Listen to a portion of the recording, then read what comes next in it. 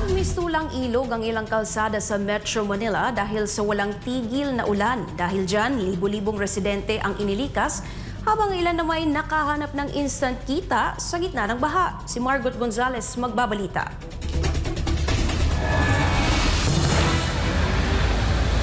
Sa gitna ng baha na lumubog sa maraming kalsada sa Metro Manila, hindi lang takot at hirap ang naramdaman ng mga residente. May mga inabot ng paglikas para mailigtas ang kanilang pamilya. Habang ang ilan na may sinubukang pagkakitaan ng dilubyong dulot ng walang tigil na ulan. Halos walang bahagi sa Metro Manila ang hindi binaha dahil sa tuloy-tuloy na pag-ulan na dulot ng habagat. Sa Makati, nagmukhang anino ang ilang gusali dahil sa magkulimlim na panahon. May ilang kalsada namang nagmistulan ng ilog dahil sa taas ng tubig baha at tuwang-tuwa pang pinagliliguan ng mga residente. Sa Pasay City, nagkaroon ng instant kita ang ilang tambay sa pagpapatawid sa mga pasaherong ayaw sumuong sa baha. Kapalit kasi ng pagpapatawid sa kanila gamit ang kariton at case ng soft drink sa sakayan ng LRT at MRT, naabutan ang mga ito ng 20 hanggang 100 piso. Ang iba, bari-bari ang inaabot kapalit ng kanilang pagpapatawid. So magkano yung bigay nyo dito, sir? 10, 20, depende po sa mga pasahero dito kung magkano binibigay.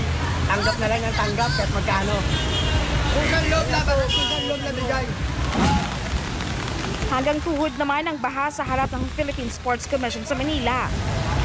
Ang truck na ito na may dalang cargo ng Comelec tumirik sa kalsada. Inabot yung filter, mga ng konting tubig kaya tumirik. Ilan pa sa mga sobrang binahang kalsada sa lungsod ng Maynila ay ang sumusunod. Kagabi pa lang ay nagdeklara na ng panibagong class at work suspension si Manila City Mayor Isko Moreno Dumagoso. Private and public. But you are encouraged to do alternative delivery mode. You are directed to shift to online classes. Sayang po ang pag-aaral. Sayang ang panahon.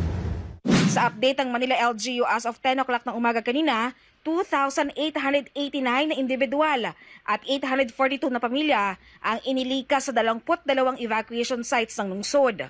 Ang ilang paralan ang nagsilbing evacuation center. Ilan naman sa mga inirescue kaninang madaling araw ay ang mga residente sa Dupil, Santa Mesa, Manila. Naka-high alert naman ang ilang ospital sa Manila bilang paghahandayan sa mga posibleng emergency cases dulot ng patuloy na pag-ulan at pagbaha. Activated rin ang libreng sakay ng LGU para tulungan ang mga na-stranded na pasahero at residenteng hirap makauwi dahil sa sama ng panahon. Para sa Diyos at Pilipinas, kumahal Margot Gonzalez, SMNI News.